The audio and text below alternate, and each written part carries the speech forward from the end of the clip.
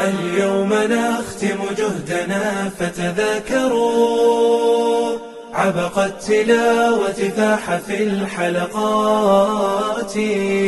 كنا نرتل آي ربي زمرة ولكم سهرنا ندرس الآيات.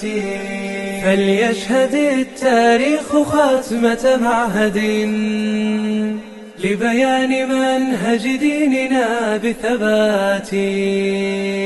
في شعبتي كنا كقلب واحد أخوات صدق أيما أخواتي. كانت لنا رفيقة دربنا كانت ندى بعد الإله حياتي. واليوم قد جاء الختام منبها أن السرور الحق في الجنات. أن السرور الحق في الجنات. اليوم نختم جهدنا فتذاكروا عبق التلاوة فاح في الحلقات. كنا نرتل آي ربي زمرة ولكم سهرنا ندرس الآيات.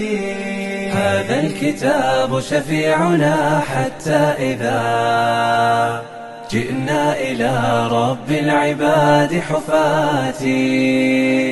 هذا الكتاب هداية.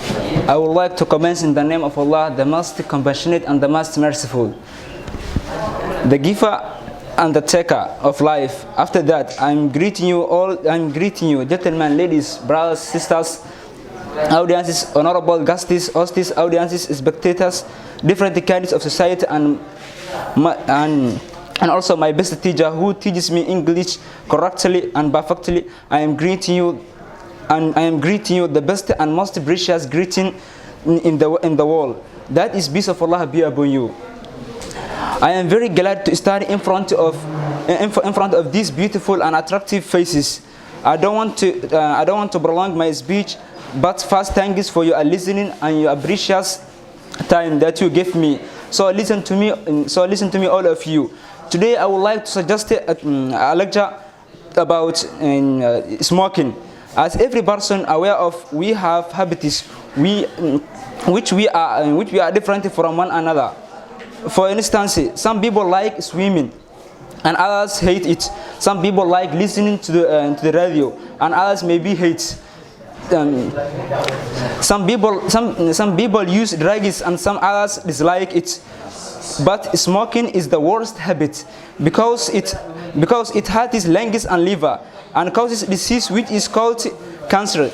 Furthermore, it makes the person deceitful, liar, selfish, and mischievous one. The clear for this is the create backpages with written is long saying secret is dangerous for your health. On the other hand, smoking secret takes your health and money.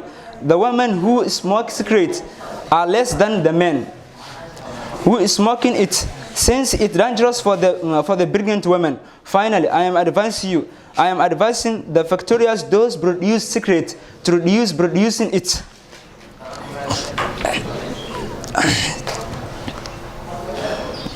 I conclude my speech by saying to you, let us fear of Allah and avoid of smoking cigarette and other harmful drugs. Thank you very much. Peace of Allah be upon you. First one, I wanted to talk lecture about reading. Reading is a habit that can make us all better person. Reading is giving us knowledge and inspiration. It makes us smart. There are numerous examples of great people who emphasizing on reading for good and successful life. Reading develops our mind to a great people of idea and thought, people sharing their experience in life and work through books. Reading book can be great in helping reading novels, biographies, poems, etc. Entertain us, it helps to relax our mind. We try to keep whatever we read. Reading divinity is a health exercise of our mind. Reading improves our personality person. It improves our emotional health. To read books can also make us feel happy. Finally, a good book helps us grow our mind. When we read books, we remember a lot of things like name of the character, place, importance, events, and conversation. This helps to improve our memory. We also learn many new words which improve our vocabulary and enhance our communication skills. I thank you for listening very much. First, I thank Allah who permitted us to stand in front of this heterogeneous face, include boys and girls. After that, let me greet you the Islamic greeting, which is Allah is greater and blessed be upon you. And today, I am here to share my views about the importance of speaking. So, I would like to thank my English teacher who taught me this foreign language. Second, and as you are fully aware of therefore speaking, when you learn language and writing, listening, speaking, and listening. So which one of these is different from the other three? And the answer is speaking, because the other three you can do alone on your own without any else. You can listen to the radio alone, you can write a letter alone, but you can't really speak alone. Speaking, you can't really alone. Speaking to yourself can be dangerous, because the people think that you want mad, and that is why you should make every effort possible to find somebody to speak with. Here is a question needs to be questioned. Where can we find the people who speak with us? And when we are practice speaking, when we are alone, the answer is we can find them at school, because if we go to school, we should use the opportunity to our teachers and other students. When we go home, we can still practice listening and writing, but we can't properly practice speaking. If your teacher asks you to peer in peer or groups with other students, try to speak as much as possible. Don't afraid to speak. Just speak. Even if you make mistake, because you can't learn English without a mistake. There is a saying which says a person who never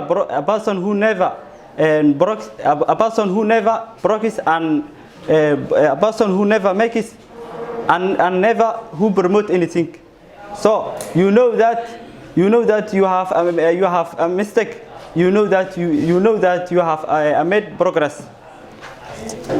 So if you are when you are made a mistake, you will be tomorrow. So if I'm saying to you, thanks everyone who attend this class. Goodbye. Assalamu alaikum. Today I am going to display some TVs which concerns about the mental strong women. Which is talking mental strong women. Emotional and mental strength are what makes women more powerful and more adaptable to any environment. So here is 5 TVs which concerns about how you can promote your mental strong. And 1, identify your weakness and learn from them.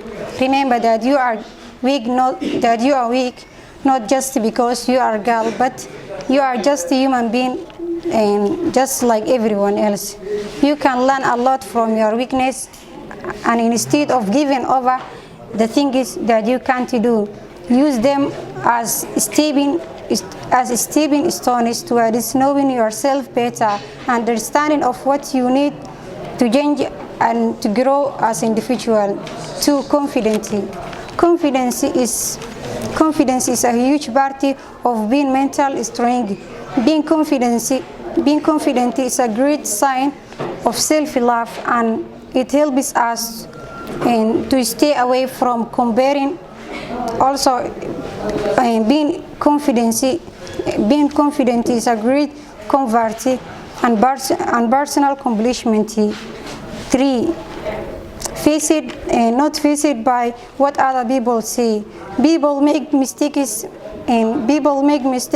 and say hurtful things at the time, but mentally strong women can overcome haters by ignoring those comments. Ignoring these messages is also difficult, but it is possible.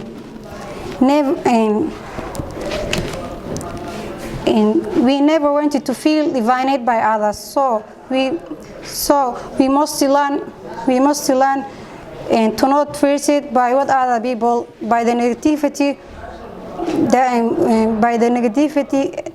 on the other people might bring us in our life. Is true. And point 4, true to yourself.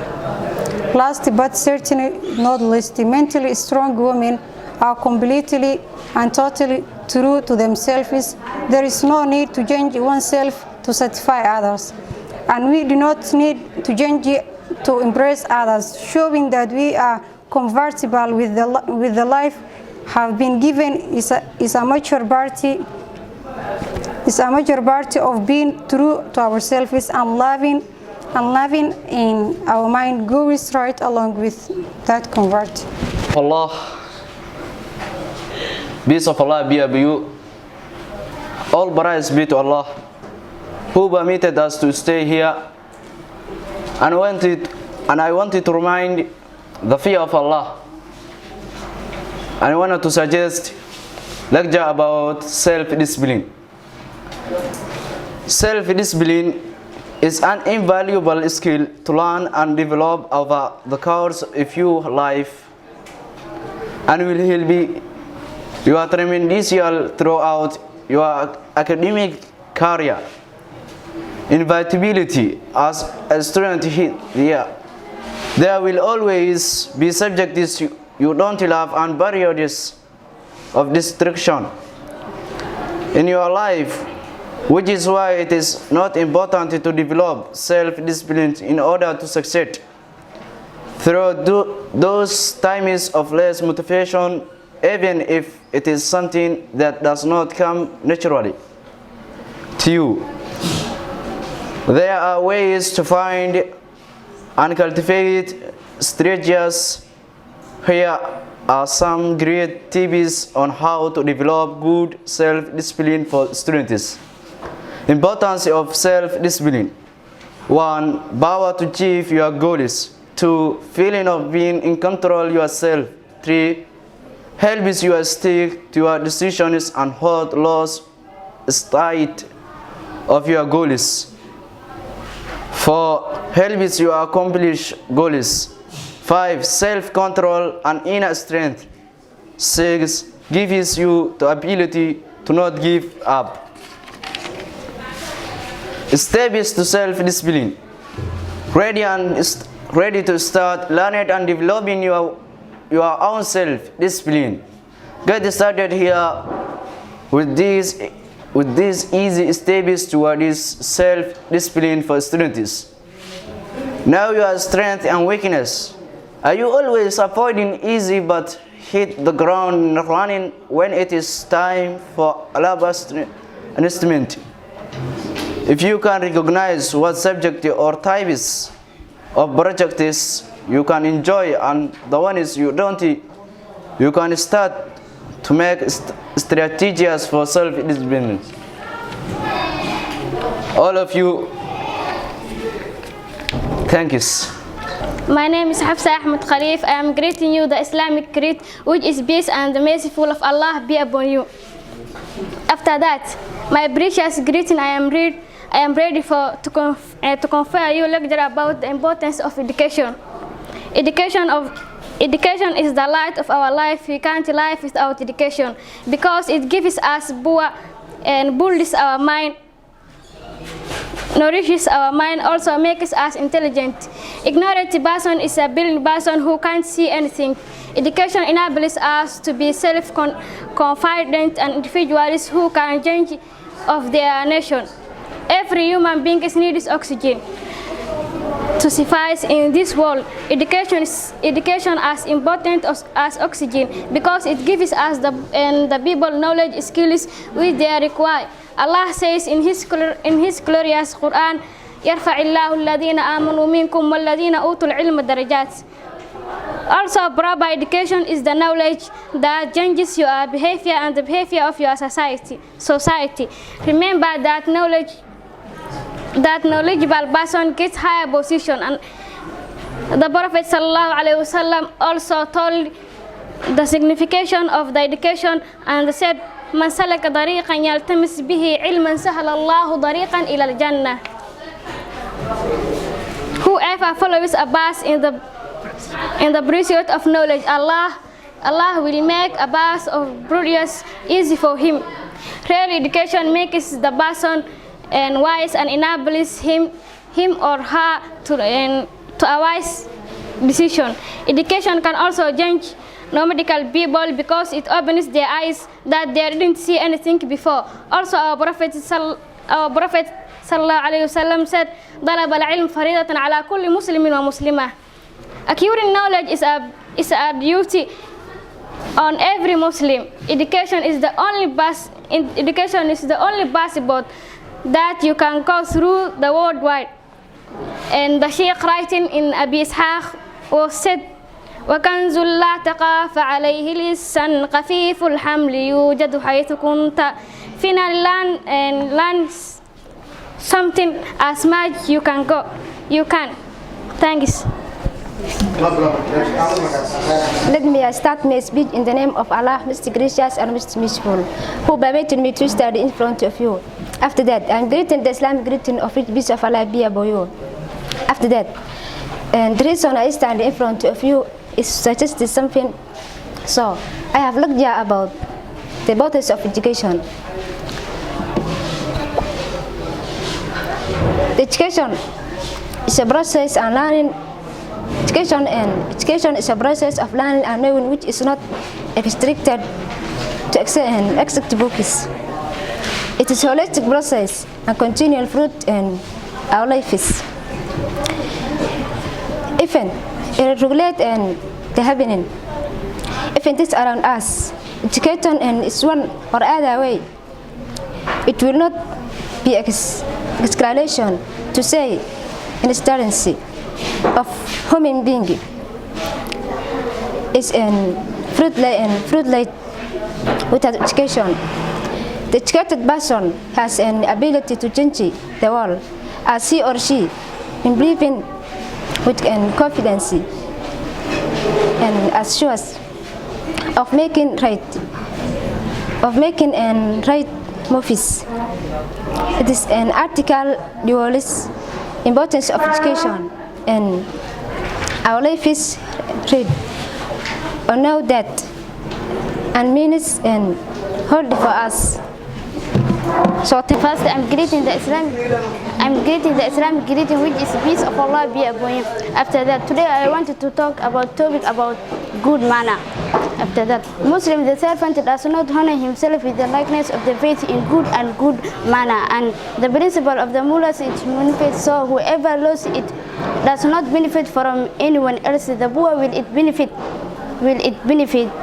him. He said it does not benefit him, for they never said, Lord, forgive me my sin on the day of the judgment.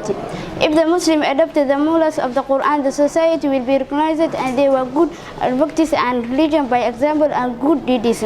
Breathing of the base, the mullahs of the believer as uprightness in religion, with the screen in softness, pardon with the kindness and generosity in giving, complicated in poverty, relief of distress and kindwood, and the disclosure of peace, kindness and the bounty, the police one is neighbor.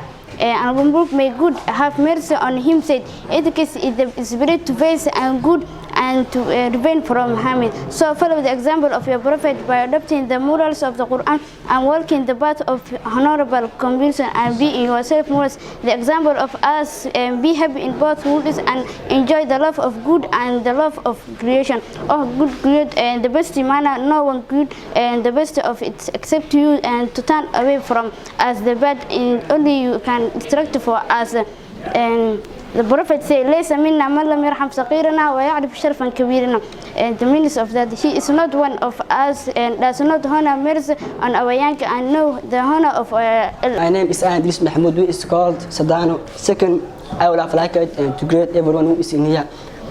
And the Islamic greeting, which is peace of Allah be upon you. Second, I would have liked to talk something about friendship. So allow me to enter what I have. Good morning to one and all present here. I am going to present a speech about friendship. Friendship is one of the treasures that anyone can boast. God gave us the right to choose friends because they will be with us forever. Our parents and siblings love us as they are our own blood. But a friend is someone who is initially a stranger, then they take their place in our life above all the other relations. Friendship is nothing about true and pure life without expectations in time. True friends always support each other even during the hardest of times. A true friend is one who feels happy for our success. On the other hand, who feels gloomy for our failures. A true friend may criticize also so that we may come out of our weakness. He may scold us if we do a mistake and get the right path. That is why it's been said that the true friend is more precious than any gem in our life. Love from friend will always be unconditional. They may expect nothing from us, but show their love always. Friendship is a divine relationship which is beyond the definition of blood relations. It is the only relation that is truly priceless. We may acquire all kinds of pleasures by putting our efforts, but even then life may remain dull without having someone to share our life with. Someone true friends.